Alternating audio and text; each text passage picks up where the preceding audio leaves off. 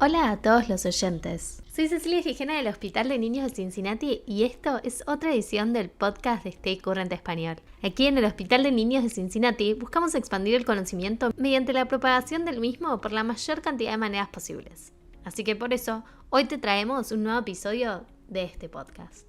Hoy vamos a hablar de trauma abdominal cerrado y para eso trajimos a un experto del Hospital de Niños de Cincinnati, el doctor Rafael Parrado. Yo soy Rafael Parrado, yo soy uno de los fellows de trauma crítico pediátrico en Cincinnati Children's Hospital. Vamos a cubrir definición, causas, diagnóstico, tratamiento inicial y seguimiento. Así que si querés ir a un lugar específico, no te olvides de buscar las secciones en la parte inferior para ir directamente a donde necesitas. Ahora sí, comencemos. El trauma abdominal incluye a cualquiera de las lesiones producidas en los órganos o estructuras contenidas en la cavidad abdominal o en su pared y puede ser cerrado o penetrante. Se estima que hay más o menos 6 millones de niños al año que sostienen cualquier tipo de trauma abdominal y de esos más o menos 1 en cada 10.000 tiene algún tipo de trauma abdominal cerrado. En los niños es más común el trauma cerrado, que es en el 85% de los casos. La principal causa aquí en Estados Unidos son accidentes automovilísticos, seguidos de accidentes en bicicleta. Como causas más raras, podemos encontrar caídas, golpes o violencia doméstica.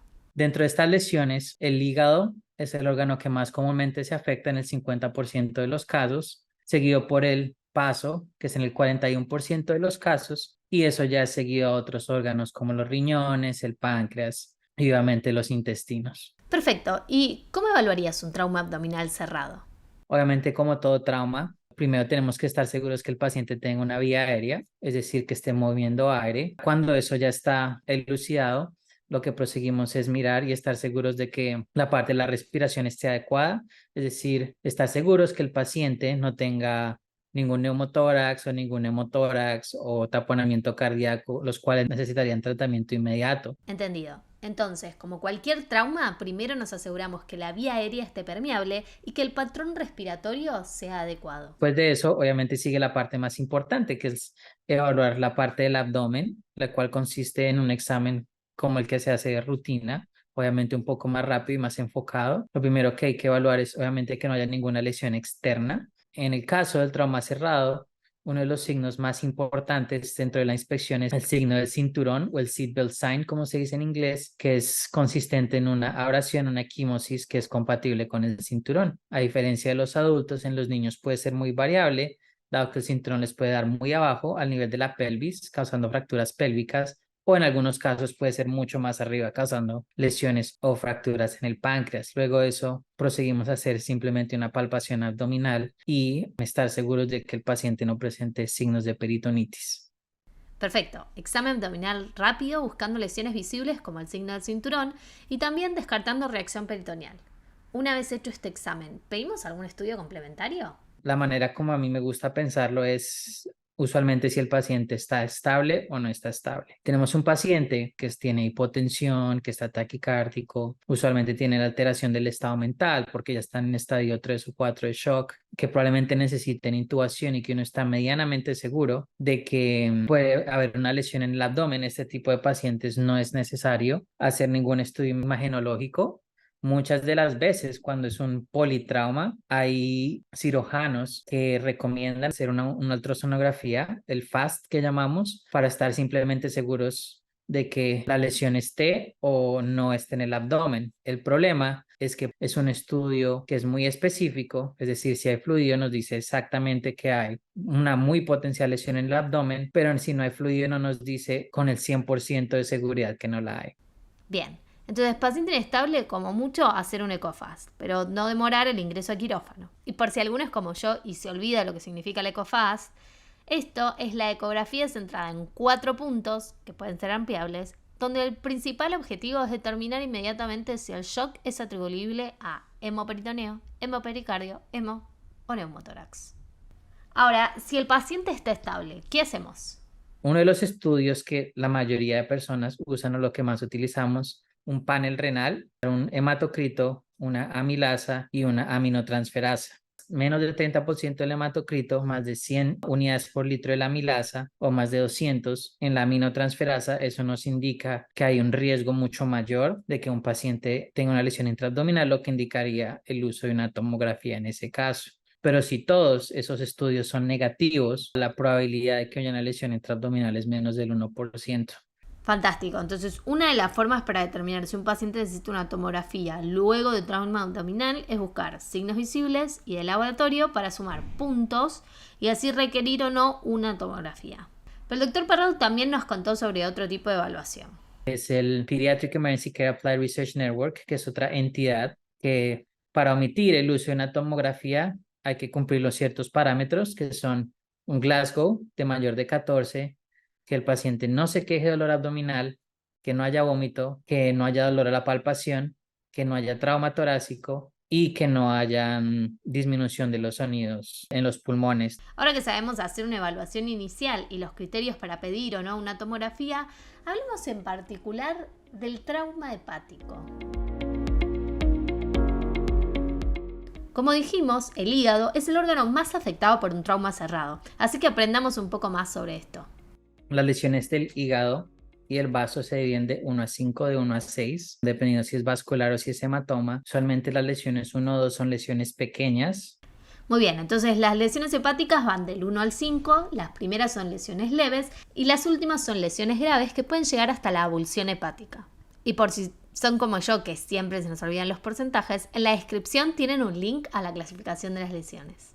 Escuchemos ahora qué nos recomienda el doctor Parrado en cuanto al tratamiento. La gran mayoría de estudios que se han hecho son por el grupo ATOMAC y lo que ellos nos dicen y el protocolo que muchos usan es que para estos pacientes con lesiones menores, lo primero que uno debe hacer es pensar si el paciente tiene o no tiene sangrado. Si es un paciente que está completamente estable y vemos una lesión inclusive de grado 1, hay muchos que advocamos simplemente una observación corta en el departamento de emergencia y luego inclusive ciertas poblaciones de estos pacientes en ausencia de ningún otro hallazgo se pueden dar de alta después de un par de horas de observación. Bien, entonces grado 1 observación y altas a las pocas horas y se mantiene estable con parámetros normales. Para grado 2 o por encima, el protocolo que usualmente se utiliza simplemente consiste en dar una cierta cantidad de fluido, 20 mililitros por kilo de cristaloide o 10, dependiendo cómo esté el paciente, y simplemente observarlo con hemoglobinas seriadas y de acuerdo a eso determinar. Todo mejora, al paciente se le puede dar comida, se le puede dar de alta y si no mejora, pues ya habría que actuar. Perfecto. Ahora, antes de entrar a la opción quirúrgica, hablemos un poco de las lesiones renales. Las lesiones renales son diferentes, dado que en las lesiones renales, adicional a estar nosotros preocupados por hematomas o pérdida de sangre, también tenemos que estar preocupados por pérdida de orina y por lesión al aparato calicial. Muy bien. Entonces, para las lesiones renales, no solo hay que estar atentos para el sangrado, sino también a los urinomas o lesiones del aparato urinario. Pero, ¿qué hacemos con un paciente con trauma renal? En estos casos, y muy usualmente inclusive con lesiones grado 3, 4, 5, se pueden observar personalmente y aquí en la institución somos un tanto más agresivos en observar a estos pacientes porque no muchas veces no sabe cómo van a evolucionar. Bien, ¿lo dejamos en observación y se le pide algún otro estudio o cómo se lo sigue? En algunos casos, aparte de la tomografía, esperamos unos días y hacemos un ultrasonido. Y obviamente estos son pacientes que están en riesgo de también tener hematuria, pero obviamente lo más importante es el desarrollo de un urinoma. Perfecto. ¿Y cómo sospecho un urinoma? Algunos de los signos son progresión de dolor abdominal, hematuria que no mejora o simplemente disminución del gasto urinario. ¿Y hay alguna manera de confirmarlo? El siguiente paso a seguir sería inicialmente un ultrasonido para evaluar que no haya ninguna colección de fluido y si hay una lesión completa del sistema calicial habría que concesionar drenaje percutáneo. Ahora que sabemos cómo tratar inicialmente los tipos más comunes de trauma abdominal cerrado, hablemos de la cirugía. ¿Cuándo y cómo decido ir a quirófano en un paciente con trauma abdominal? Para operar a un paciente con trauma abdominal cerrado, como en cualquier trauma, lo primero es un paciente que está completamente inestable. Adicionalmente, pacientes que tienen signos de peritonitis pacientes que tengan gas libre y pacientes que tienen lesiones grado 3 o grado 4 y algunas grado 5 que admitimos y que a pesar de recibir más de 40 mililitros por kilo o 4 unidades de glóbulos rojos, todavía requieren transfusiones. Muy probablemente esos pacientes requieren o una cirugía o una angiografía con embolización, dependiendo del lugar donde uno esté. Entendido. Entonces, tengo un paciente inestable que requiere cirugía. ¿Cómo procedo? Hay que pensar prontamente en tener adecuado acceso. Usualmente son 2 catéteres 16 o inclusive un catéter central, más probablemente intubación, que usualmente o ocurrió en el momento que el paciente llegó o va a ocurrir en la sala de anestesia. Siempre quedarse con el paciente, dado que estos pacientes pueden empeorar en el momento que se inducen para anestesia. ¿Y una vez en quirófano? Siempre muy importante en el momento de posicionarlo con los brazos afuera y siempre preparar tanto el tórax como el abdomen, cubrir los genitales y también las dos extremidades inferiores. Proseguido a eso, lo más usual es simplemente hacer una laparotomía por la línea media, desde la punta inferior del esternón hacia el borde del pubis. Perfecto. Pinto todo el paciente y realizo una mediana suprainfraumbilical. En el momento de entrar, a empaquetar los 4 cuadrantes, removerlos secuencialmente y de acuerdo a eso, el cirujano ya podría empezar a mirar y empezar a decidir o de acuerdo a los hallazgos, empezar a tratar las lesiones que se puedan encontrar. De acuerdo. Y si estoy liberando el cuadrante superior derecho y me encuentro con un sangrado a nivel hepático, ¿qué hago? Lo ideal y dentro de lo más común en lesiones, no grado 4 o 5, pero 3 que terminan en la sala de cirugía, es simplemente que sosteniendo presión, usualmente se puede controlar el sangrado. Hay diferentes técnicas para empaquetar el hígado, tanto anterior como posterior, pero usualmente el primer paso es simplemente presión. ¿Y si no funciona? Se puede utilizar aditamentos adicionales para la coagulación, como productos análogos de la trombina, y simplemente hacer el mismo proceso. En dado que eso no funcione, dependiendo del tipo de lesión, se puede utilizar un catgut o algún tipo de sutura filamentada no permanente con una aguja grande y sin filo, y lo que se hace es que simplemente se toman 2 puntos grandes en figura de 8 y eso ayuda a comprimir el hígado. Muchas veces se puede también poner gasa en la mitad, poner esta sutura para comprimir el hígado. A veces, incluso si hay un trayecto que presenta sangrado continuo, se puede colocar una sonda urinaria e inflar el balón para taponar el trayecto.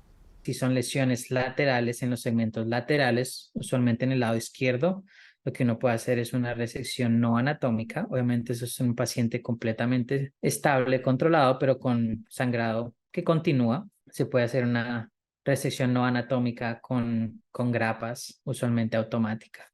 Y en dado caso que uno no vea la lesión y que simplemente todavía siga sangrando, hay que examinar si la lesión es lo que en realidad uno está viendo y si el paciente continúa estando inestable, habría que hacer una maniobra de Pringle para estar seguro que el sangrado no sea de la cava posterior.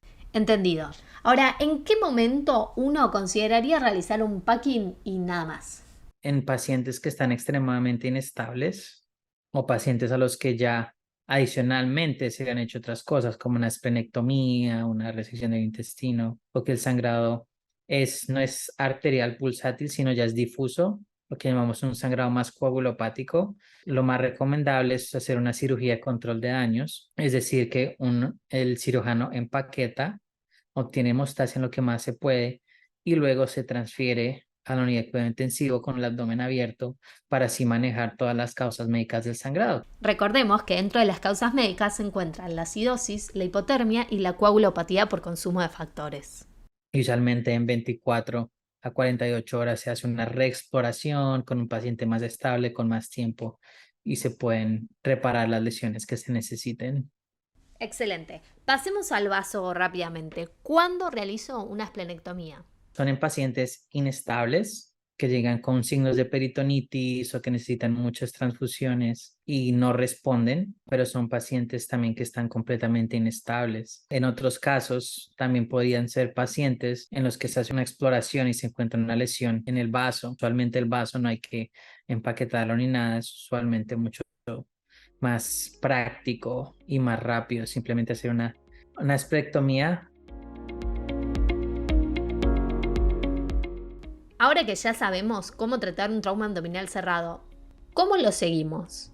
Si es un paciente que operamos o que se operó, es muy importante hacer seguimiento de todas las variables hemodinámicas. Puede ser un paciente que perdió mucha sangre, pero al mismo tiempo puede ser un paciente que perdió, pero recibió tanta cantidad de productos que está en riesgo de tener edema difuso, tener edema pulmonar, o inclusive puede suceder que los riñones no puedan completamente sacar el fluido. Pero son pacientes que se necesita obviamente seguir un monitoreo hemodinámico.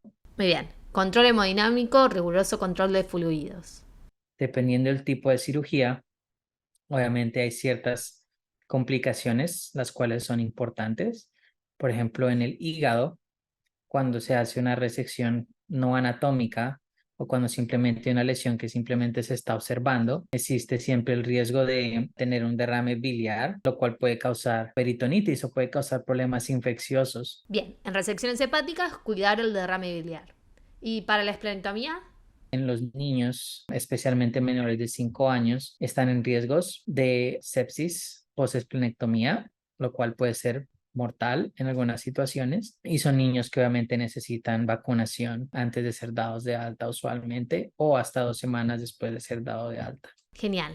¿Y hay algún tipo de control específico a largo plazo para los de bajo grado?